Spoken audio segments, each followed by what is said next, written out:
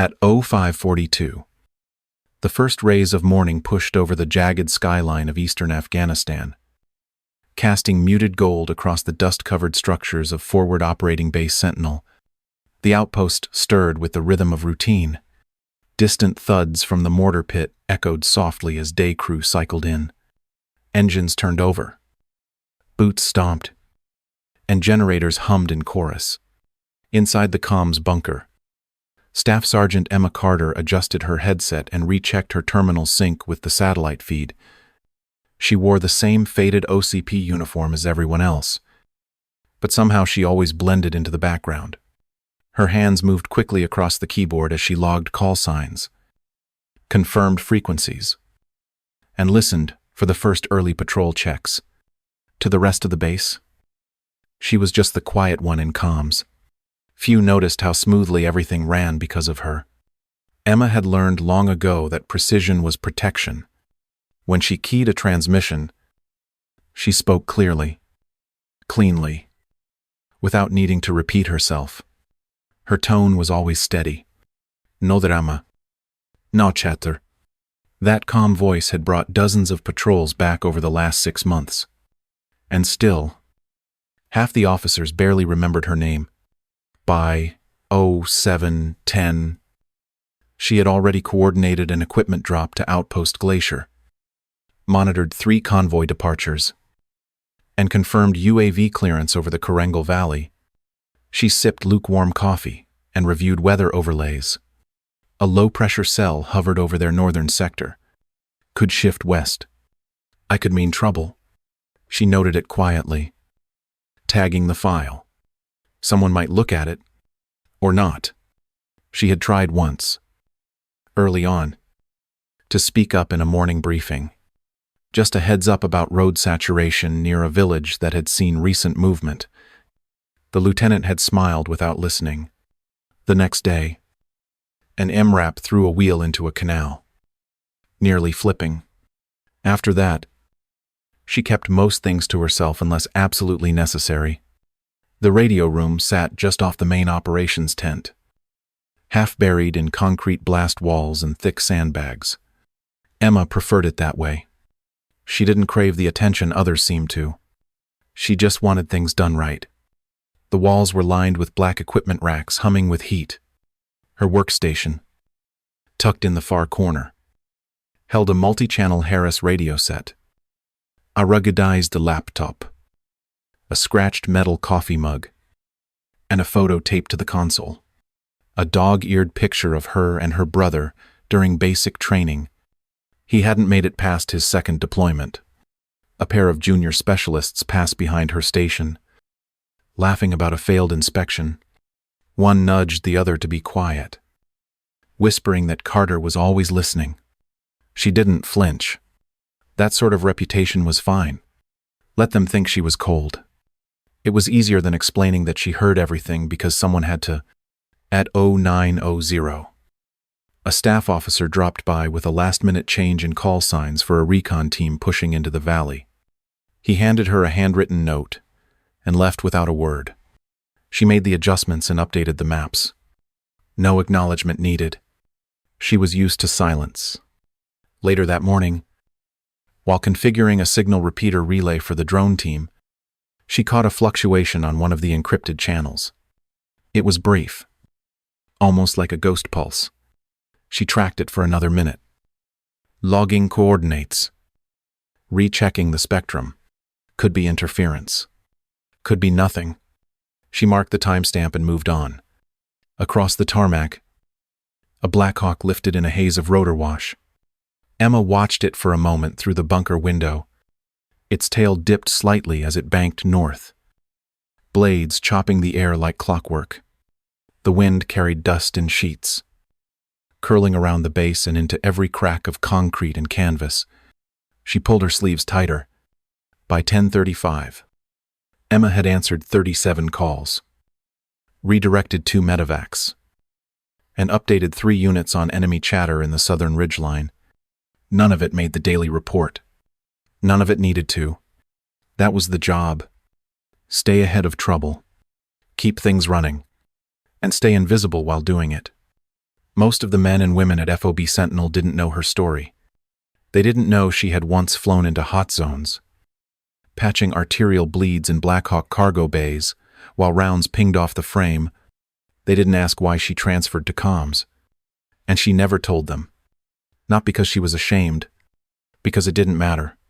She lived in the cadence of data, the pulse of information, in the spaces between static and command, where voices came and went.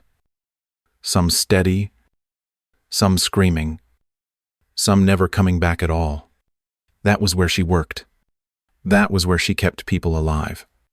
At 11:50, Captain Thomas Walker passed by and gave her a nod. She returned it. Brief and professional, he was one of the few who remembered her warnings, who trusted her updates. That trust mattered. Sometimes it was the only thing that did.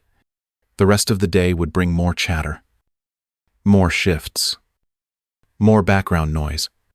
But beneath it all, Emma Carter remained anchored, focused, listening, not for credit, not for promotion, but because somewhere out there, someone would call her frequency, and when they did, she'd answer, calm, ready, invisible, maybe, but never unprepared. At 13:17, Alpha Wolf Squadron departed through the south gate of FOB Sentinel. Captain Thomas Walker led the patrol, flanked by 2 up-armored MATVs and 1 MRZR, loaded with extra water and spare comms gear. They were heading east into Sector 4, a semi-inhabited region of Logar Province, known for its scattered farming compounds and dry riverbeds. The mission was standard presence patrol. Intel gathering. Expected contact. But Emma Carter's screen showed something different. She had been monitoring a thermal satellite relay feed all morning. Around 12:45. She noticed a sudden shift in wind shear data, an unstable air column forming west of the ridgeline. The cloud layer deepened fast. Her fingers flew across the keyboard, pulling data from METOC. Wind speeds rising. Dust particulates increasing. Visibility projected to drop below 100 meters in the next 2 hours. At 13:26, she flagged it on the ops map and walked straight to the planning table where Major Bradbury was reviewing drone feeds. She pointed to the shifting storm pattern building over Sector 4. He glanced at it, nodded vaguely, and said they'd push the drone higher. No redirect for the patrol. No alert sent. She pressed once more. Standard protocol called for notifying field units of emerging weather threats. Bradbury said the team would be back before it worsened. Emma returned to her station, jaw tight. By 15:03, static began creeping into the patrol channel. It started as a low hiss. Then she caught fragments of voice, Walker checking bearings. Another soldier, mentioning wind gusts. Then the line went quiet. Too quiet. She pinged back. No response. Intermittent crackles filled the silence. Then a burst of sudden comms. At 15:07. Everything changed. The first words came in a broken signal. Alpha Wolf, actual to Sentinel. Contact. Contact. IED at choke point. Taking small arms from North Ridge. We are pinned. Repeat. We are pinned. Emma's hands flew over the console. She pulled grid coordinates from their last ping and overlaid them with the drone's feed. The convoy had been funneled into a narrow track between 2 stone walls. A textbook kill zone. She heard the distinct sound of suppressed gunfire behind the transmission. Short bursts. Controlled. American. Then heavier impacts followed. AK variants. Probably PKMs. That meant prepared insurgents. She alerted the Tactical Operations Center immediately. Within minutes, the TOC filled with movement. Officers leaned over maps, pointing, arguing. Emma maintained the radio contact, relaying each update from the field. Sergeant Diaz was down. Private Lambert had a leg injury. They were trying to move wounded behind a collapsed structure, using smoke for cover. Visibility was now under 80 meters and dropping. Captain Walker's voice returned at 1511. Strained but measured, taking fire from 2 elevated positions. We need QRF or bird now. 3 wounded. 1 critical. Colonel Simmons arrived, scanning the display. He asked the weather chief if air support was possible. The answer was a flat no. Winds were above safe rotor ops. Dust would blind approach vectors. Medevac Blackhawks couldn't fly blind in 0 visibility. Simmons turned to the ground commander. Same answer. Sending a rescue convoy would mean crossing exposed ground under fire with no overwatch. Emma listened. She kept updating coordinates, filtering Walker's location updates, even as static worsened. Each report made the situation grimmer. The insurgents were pushing forward. The squad's ammo was running low. Walker reported that Private Jenkins was hit shrapnel to the shoulder. He was still moving, still returning fire. But that would change fast. At 1524, the field medic came on the channel. Diaz is bleeding out. Pressure's not holding. Can't move him. We need an evac. Emma looked up. The command staff had gone quiet. The colonel stepped closer to the display, then back to the team. We cannot get them out. Risk is too high. Zone is lost. Emma felt cold flood her chest. She knew what was coming before he spoke again. That area is now a declared kill zone. No further assets are authorized to enter. All support is suspended until the storm clears. The sentence hit harder than any shell. She turned back to her radio. Her voice was steady when she replied. Alpha Wolf, actual. Sentinel. Command has classified the zone as red. No air. No ground. Immediate extraction, not authorized. The pause on the line stretched long. Then Walker's voice returned. Tight. Bitter. Copy. We'll hold as long as we can. Her fingers hovered above the mic. She wanted to say more. Anything. But protocol wrapped around her like wire. Instead, she monitored the incoming chatter. The squad was barricaded inside a crumbling mud compound. Enemy fighters were moving closer. At 1542, Lambert's vitals began to dip. Jenkins lost consciousness twice. Walker kept issuing orders, kept counting rounds. The chatter slowed. Fewer voice. More labored breathing. Emma stared at her screen. She saw every heartbeat of their position, and could do nothing. In the dim bunker, surrounded by blinking lights and humming equipment, Emma Carter sat with her headset tight against her ears. Her shoulders barely moved.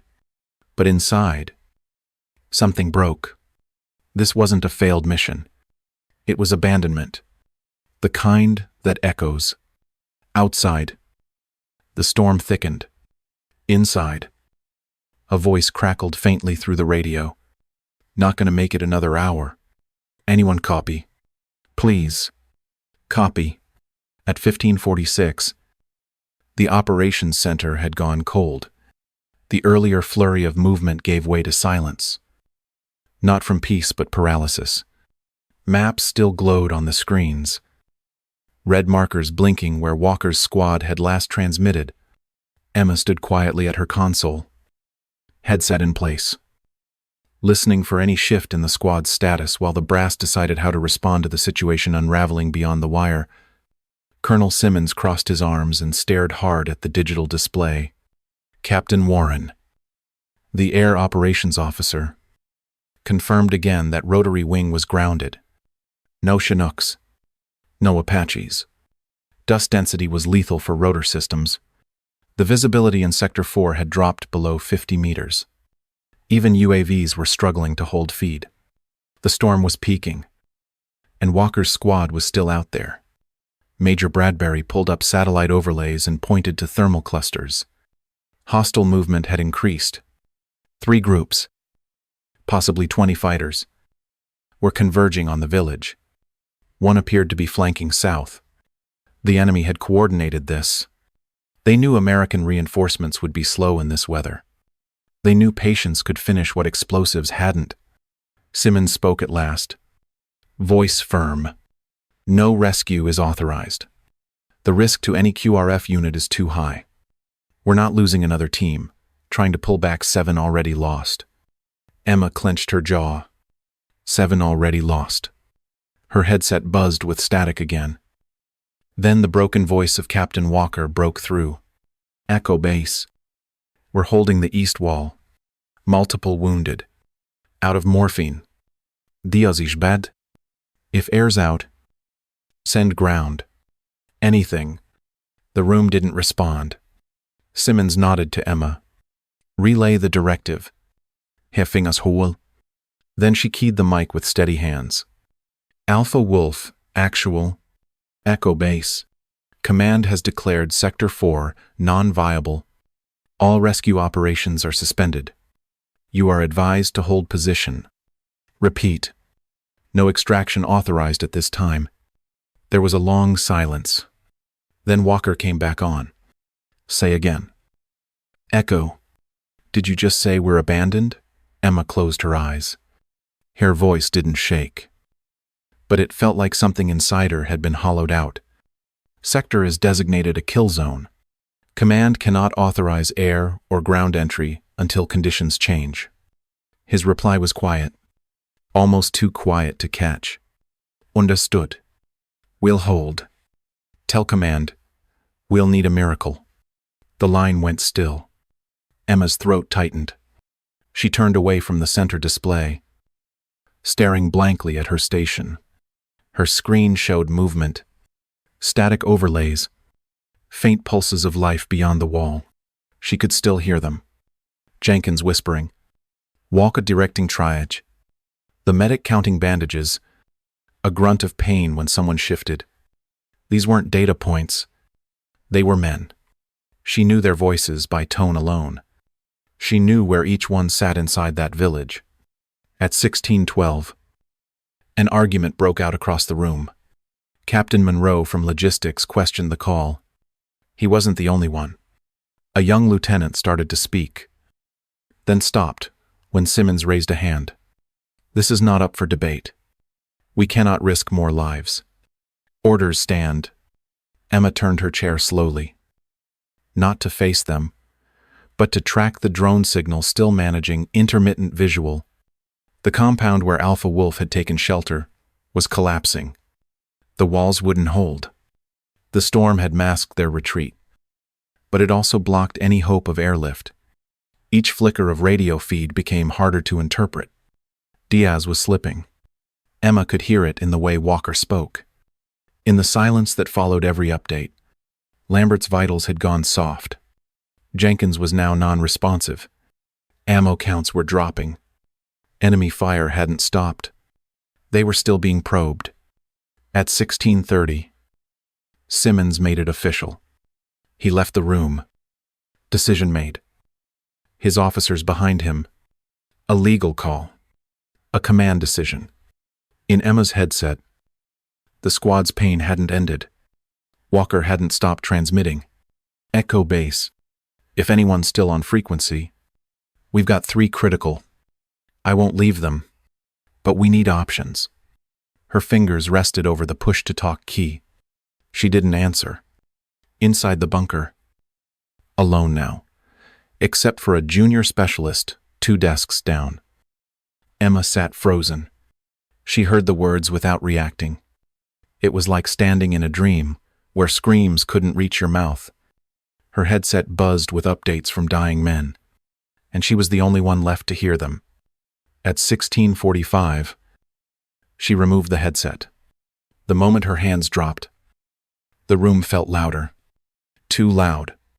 She stood up and walked to the far wall, staring at the satellite map again. Her mind ran through terrain profiles. Access roads. Drainage ditch. Wadis. If she were driving, what would she avoid? What would she risk? She turned and looked through the small window that faced the motor pool. Wind kicked up dust. Two mechanics walked off toward the defac. They'd left the keys in the ignition of a Humvee parked by the gate. Fully fueled. Unwatched. Behind her.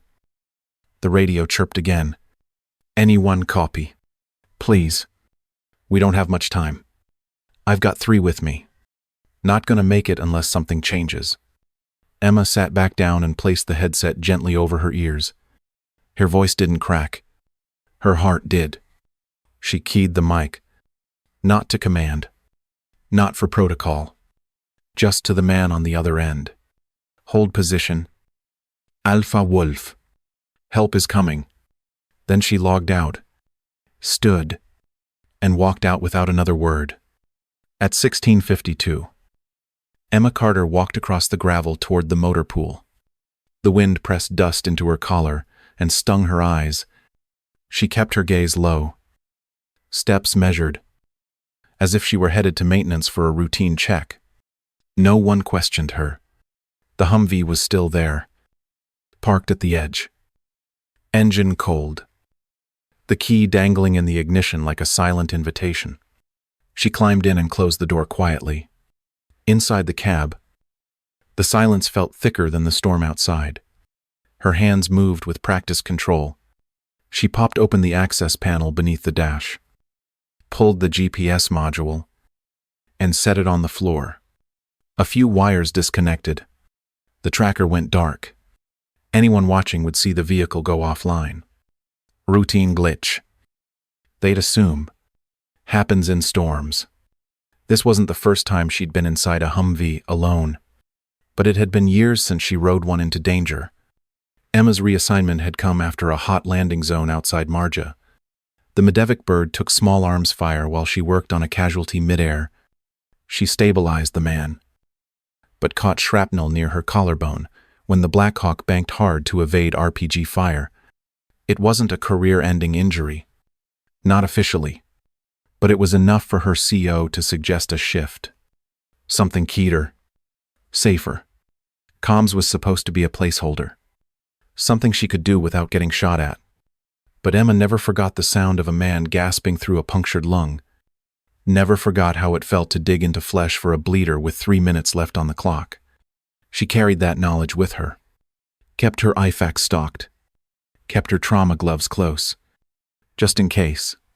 At 17:03, she walked into the supply shed and unlatched the first aid cabinet. She pulled out a fully loaded CLS bag combat lifesaver kit checked for gauze, clotting agents, tourniquet, IVs. Everything was there. She slung it over one shoulder. Then she opened her locker, reached into the back, and took out her M9 pistol. It still fit in the holster, like it had never been gone. She ejected the magazine, checked the rounds, reseated it with a soft snap, chambered a round. Safety on. Her hand paused on the locker door. She looked at the empty space inside, then at the headset hanging from the side hook. That had been her role.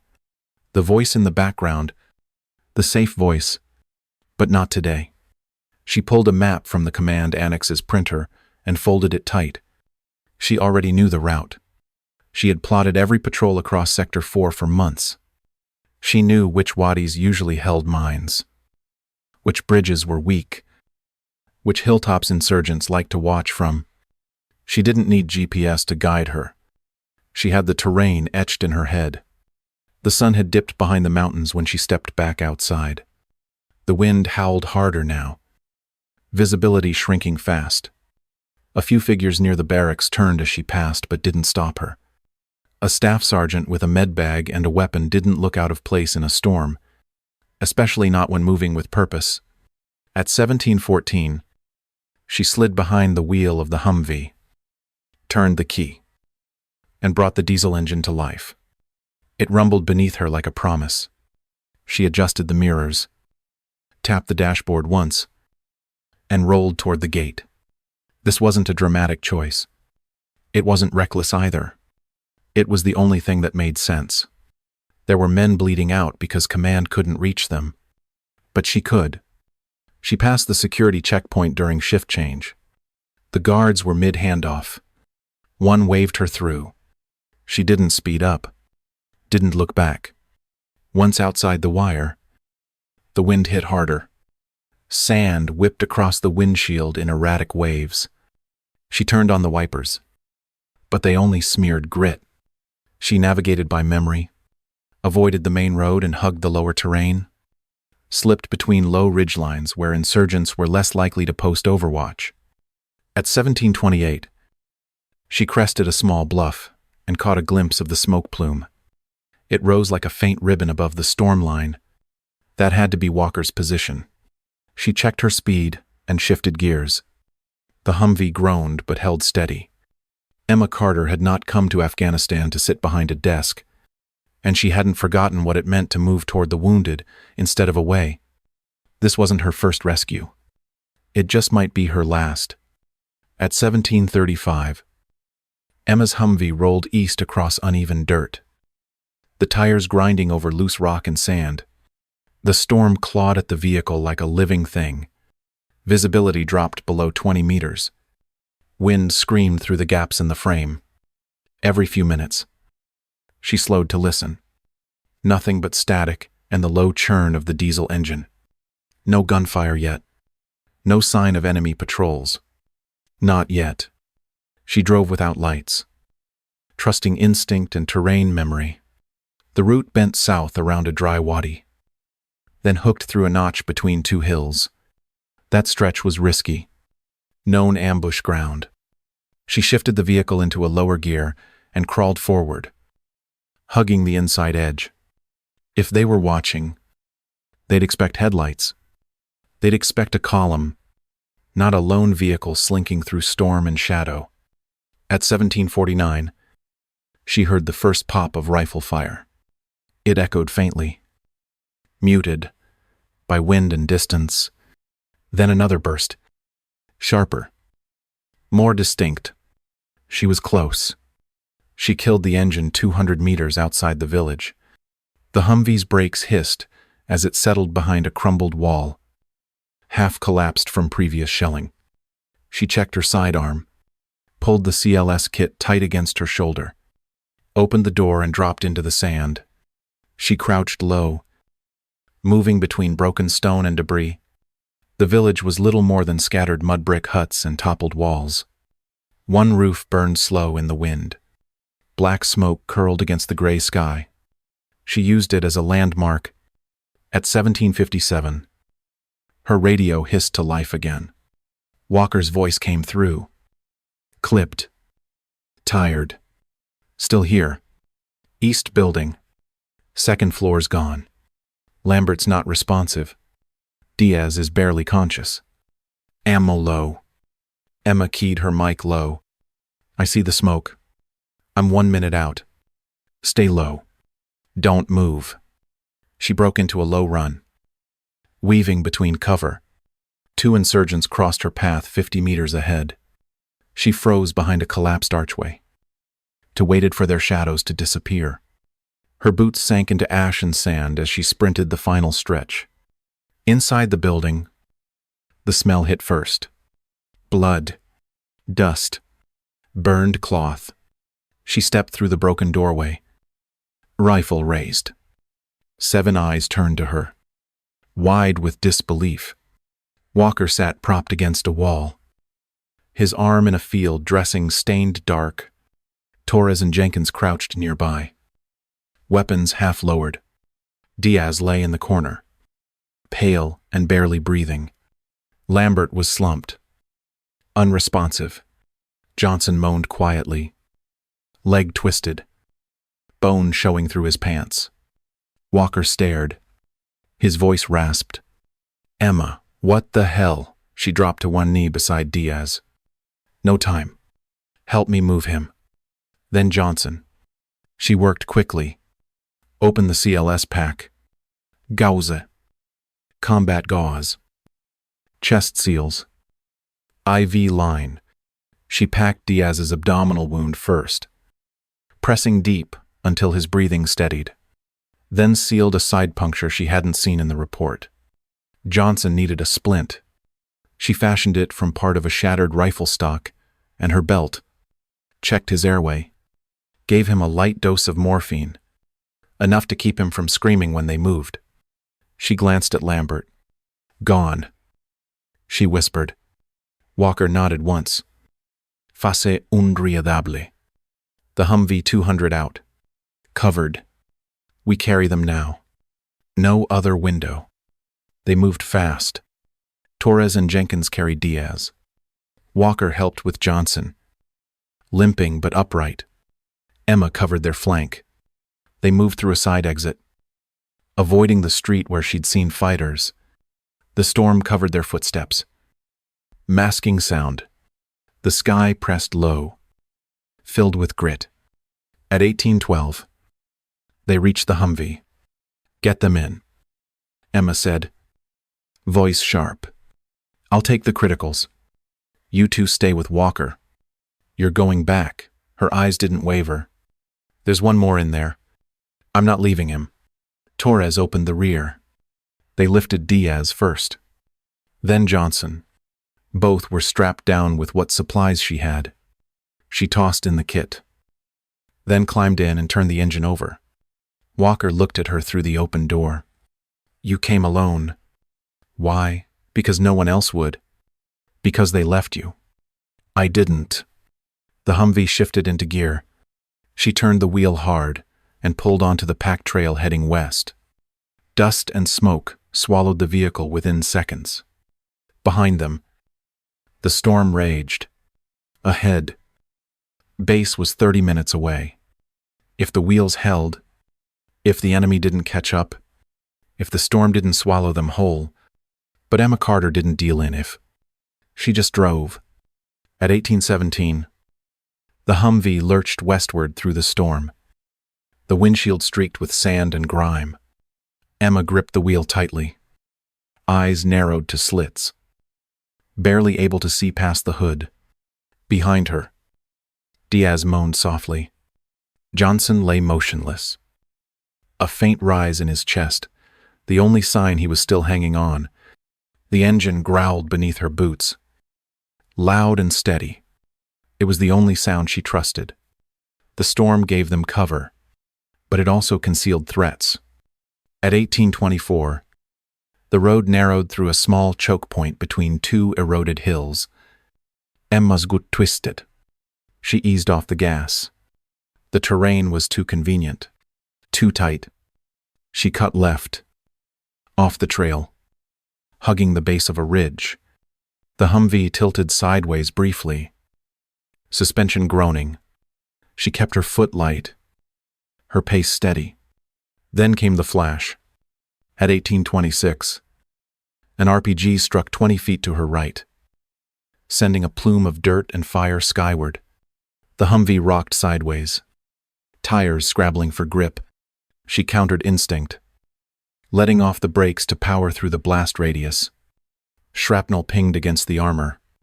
A second rocket detonated behind them, this time closer. The concussion slammed through the vehicle's frame. Diaz let out a sharp gasp. Emma clenched her jaw, one hand on the wheel, the other checking the rear view. Dust. No pursuers. Not yet. She scanned for movement.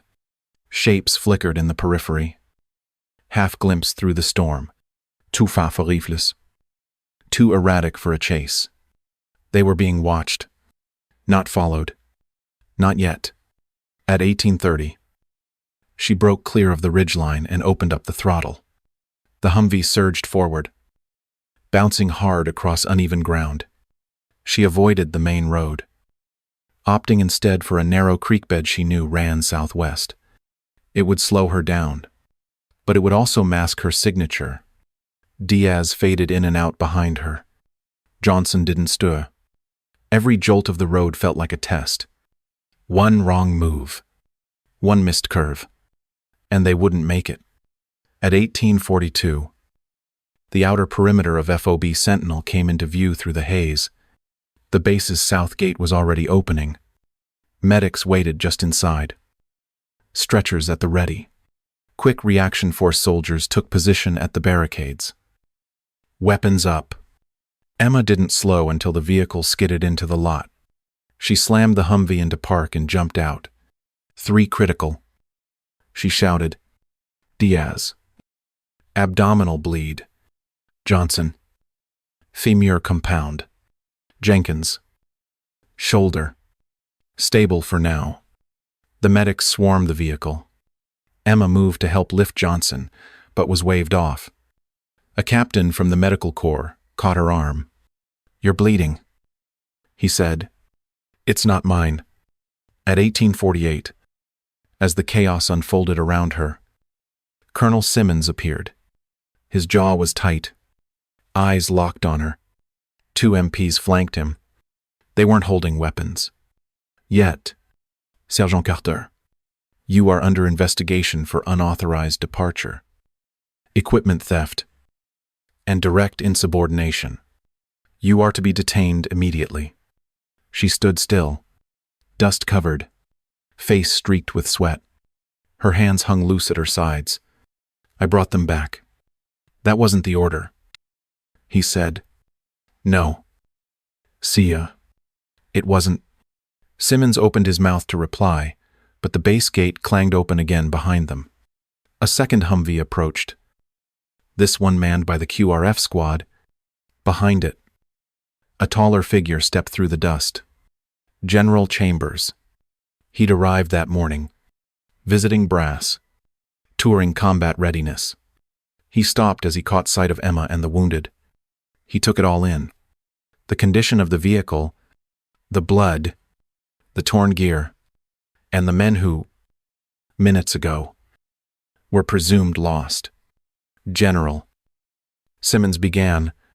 Let her go. Sir Chambers didn't raise his voice. He didn't need to. I said let her go. The QRF squad fell silent. So did the medics. Simmons hesitated. His shoulders squared. But the general was already walking past him. Stepping toward Emma. She straightened. Not in defiance, but instinct. You're not done. Are you? No. See ya? 3 still out there. Then you know what to do. She nodded once. Chambers turned to Simmons. You can file your charges later. After the job is finished. Emma didn't wait. She turned, grabbed a fresh med bag off the med truck, slung it over her shoulder, and stepped back into the same Humvee, fuel tank still half full, tires still hot. Her gloves left streaks on the wheel. At 1855, the gate opened again. She rolled forward into the storm. Not for glory, not for rank, but because they were still waiting, and she had more work to do. At 1904, the Humvee crawled back into the blinding wind. The base faded behind her, swallowed by the storm. Ahead, Sector 4 loomed like a graveyard. Emma Carter kept both hands on the wheel, eyes locked forward. Every nerve was alert. This wasn't just another drive. This was a one-way return into chaos. She took a longer route this time, avoiding the ridge where the RPGs had fired. The terrain was rougher, but it bought her time. Time to think. Time to predict. She passed a line of collapsed walls that had once been part of a farm. Wind kicked sand across the hood. The visibility dropped below 15 meters. Perfect for cover. Terrible for maneuvering. By 1913, she approached the outskirts of the village again. Something felt wrong. Gunfire no longer came in sustained bursts. It was scattered now. Distant. Moving. She stopped the vehicle behind the same low barrier as before and killed the engine. She stepped out into silence. The kind that wasn't natural. The kind that meant movement. Her boots sank into the same tracks she had made earlier. She keyed her headset low. Alpha Wolf. This is Carter. I'm back on site. Confirm position. Static answered. Then Walker's voice broke through. Quieter than before. Building was compromised. We had to move. North edge of the village. Stone structure. Low roof. I'm hit. Emma felt her breath catch. Copy. I'm on foot. Hold tight. She drew her M9 and slipped between buildings. The storm masked her footsteps. She kept low, moving from one broken wall to the next. The layout of the village had shifted under the chaos, more debris now. More signs of movement. Shell craters pocked the street. A few spent casings lay in the dirt, still warm from the fight. At 1920, she spotted two shadows through the storm. Insurgents. Close. She ducked behind a shattered doorway. Holding her breath, the fighters spoke in Pashto, voices muffled by the wind. She caught fragments. Americans. Injured. Still here. They were hunting. Confident. Knowing time was on their side. She waited, heart thudding in her ears, until their footsteps faded. Then she moved. North edge. Stone structure. She scanned the rooftops. A plume of smoke marked one impact site. But nothing else moved. She shifted east, then north again. Her boots splashed through a shallow drainage ditch. Ahead, a low building appeared through the dust. Stone. Window slits instead of full openings. A good fallback. She dropped to a crouch and approached slowly. Movement inside. She tapped once on the outer frame, the way Walker had taught his team to signal. A rifle barrel appeared, then dipped. A soldier stepped out, Specialist Torres. His face lit with shock. Emma, where's Walker inside? He's hit bad. Torres moved aside. She ducked into the building. The air inside was thick. Dry blood. Sweat. Dust. The room was dark, except for slits of twilight through a broken wall. Jenkins sat against the far corner. Rifle ready. Walker lay beside him. A crude tourniquet above his thigh. His face was pale. The bandage soaked. You came back, he whispered. Emma didn't waste time. She dropped beside him and peeled the dressing away. Entry wound. High on the leg. Missed the femoral. Barely. She pulled out a fresh wrap, tightened the dressing, and administered a pain injector. His breath hissed. Can you move? If it means leaving? Yeah. Torres. Jenkins. Both nodding now. New questions. No hesitation. Patrols are still sweeping. They're smart. Hunting close. How many? At least 10. 1 RPG tube. Maybe 2 AKs each group. They're cautious now. Emma thought quickly. We move through the irrigation trench. Loop wide. Come up under the wall near the Humvee. Walker raised an eyebrow. You parked it again, didn't plan to carry you the whole way. He smiled despite himself. She finished securing the wrap and slung the medical kit back over her shoulder. We go quiet. We go now. The others followed. One by one. Into the storm again. The enemy was close. But Emma was closer. And she knew the land better than they did. At 1932, Emma Carter led the team out of the stone shelter into the storm. Walker leaned heavily against her right side. His injured leg, dragging but still holding weight. Torres moved ahead, scanning with his M4. Barrel sweeping low and tight. Jenkins covered their rear, moving backward in short, careful bursts. They said nothing. The wind said, enough. Emma kept her pace even. The irrigation ditch was barely a meter wide, deep enough to conceal a crouched figure. They dropped into it, boots splashing quietly. The trench curved southeast, away from the known patrol grid. That gave them 15 minutes at best before the enemy adjusted. Maybe less.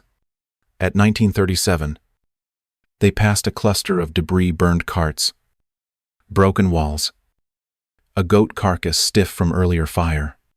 Emma paused, adjusted the sling on her med bag. and tightened the makeshift splint on Walker's leg. He didn't complain, just nodded when she asked if he was still with her. His breath was shallow, but steady. They moved again. At 1943, a burst of rifle fire cracked overhead. The group froze. Dust flared around the lip of the trench. Someone was firing blind through the storm. Jenkins dropped to his belly, muzzle tracking high. Emma pulled Walker into a low crouch, her body blocking his wounded side. The shots faded. Shouts followed, then silence. Emma signaled forward. Move now. They broke into a crouched sprint, staying low, feet slipping in the mud. The trench ended near the western wall of the village, where a breach opened into open terrain. Just beyond it, hidden behind a shattered water tower, sat the Humvee, partially obscured, engine cold, their only way home. At 1951, they reached the breach. Torres peered out, then turned. 2 hostiles at 10 o'clock. Close. Static patrol. We can't go loud. Emma didn't blink. She handed him a smoke grenade from her bag. Tos hard left. On my go. He nodded. 3, 2, 1. The grenade hissed, then bloomed gray. The fighters shouted. Confused. Stumbling, Emma pulled Walker through the breach, half lifting him as they crossed open ground. The Humvee loomed ahead. Shots cracked behind them. Jenkins returned fire. Controlled bursts. 5 rounds.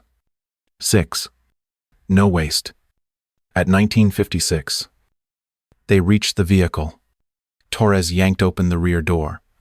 Emma helped Walker inside, then slid into the driver's seat. Jenkins threw himself in last, slamming the door shut just as a round sparked off the rear quarter panel. Emma started the engine. The growl roared above the wind. Hold on. She punched the gas, tires spitting sand and gravel as the Humvee jerked forward. The windshield blurred with grit. She turned west, away from the village, taking a hard cut into a ravine she remembered from past patrols. Narrow, steep, but shielded.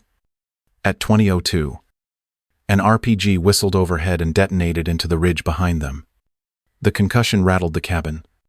Emma gripped the wheel tighter, leaning into the turn. Another burst of fire came from behind. But it was wild. Off target. They were gaining ground. Walker groaned in the back. Stay with me. Emma called. Still here. He rasped. The Humvee barreled through the gully, bouncing hard over rocks and drifted sand. Her teeth rattled with each jolt, but she didn't let up. The storm masked them again. Just enough.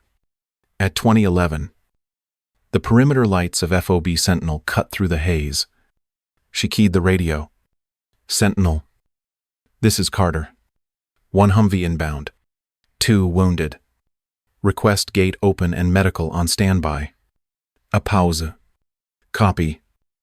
Carter. Gates open. Med team inbound. Welcome home. Emma didn't smile. Not yet. She kept her hands steady, her eyes fixed on the lights ahead. They had made it, but only just, and only because they hadn't stopped moving. Because even broken, even hunted, they had walked, they had crawled, and they had lived. At 2018, the gates of FOB Sentinel parted once more, and Emma Carter drove the battered Humvee through. The headlights caught a blur of uniforms and medical gear. Soldiers rushed forward as she braked hard near the field hospital tent. Jenkins jumped out first. Opening the rear doors, 2 medics reached inside to help with Walker, whose face was pale but alert. Torres followed, the hand still clutched around his rifle. His uniform was streaked with ash and dirt, but his eyes were clear. Emma stepped out last. Her hands trembled slightly.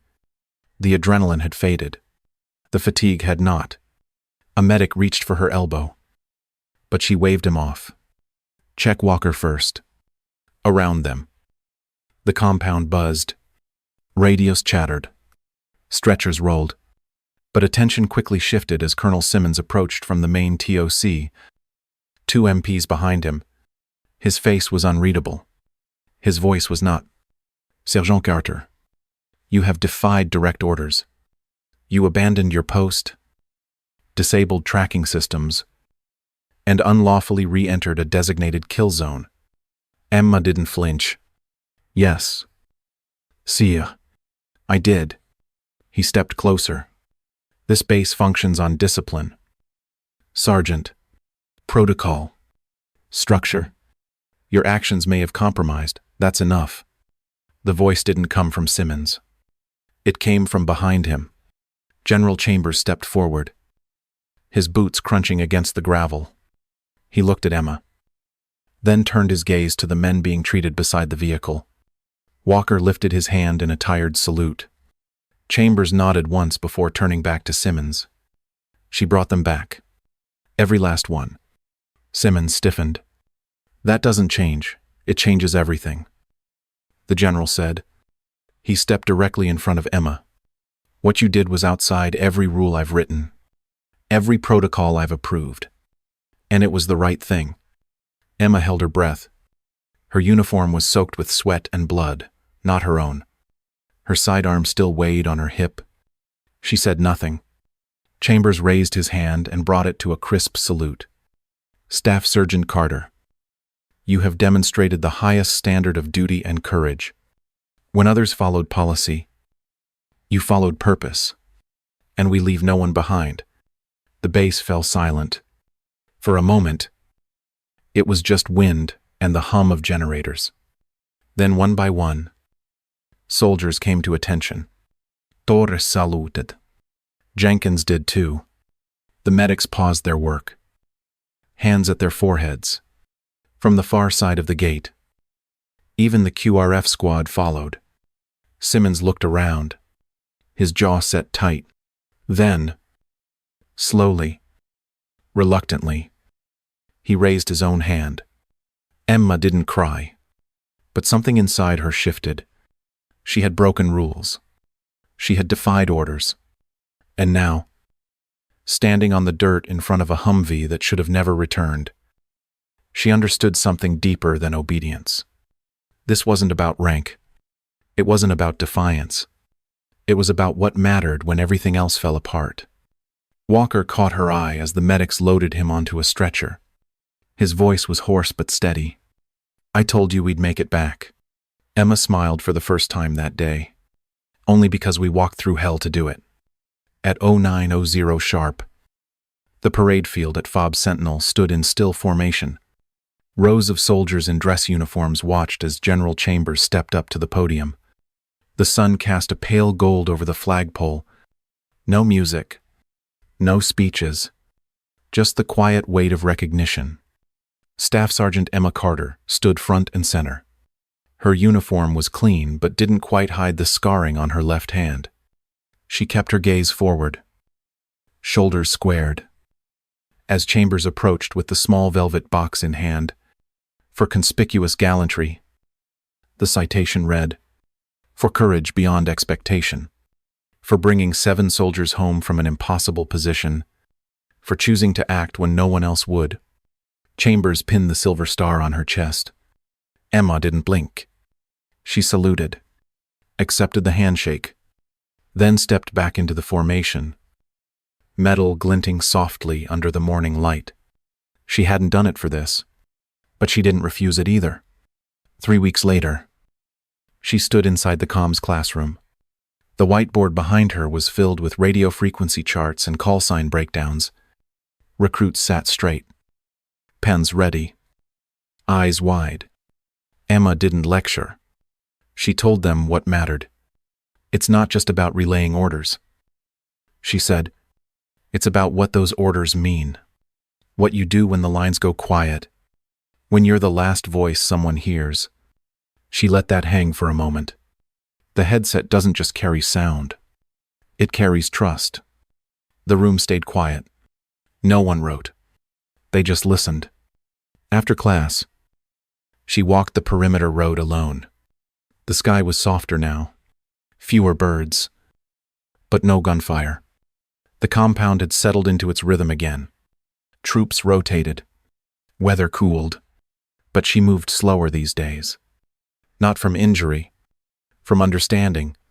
At 16:30, she visited the memorial wall near the chapel. The names etched into the stone were clean, fresh. She traced her fingers across them. Friends, strangers, voices once heard in her headset. Then she paused. Her hand stopped at an empty space, a space where 7 more names could have been. She let her palm rest there for a moment. Eyes closed, not out of mourning, but gratitude. She turned and walked back to the comm center. Her shift started at 1700, and she'd be ready.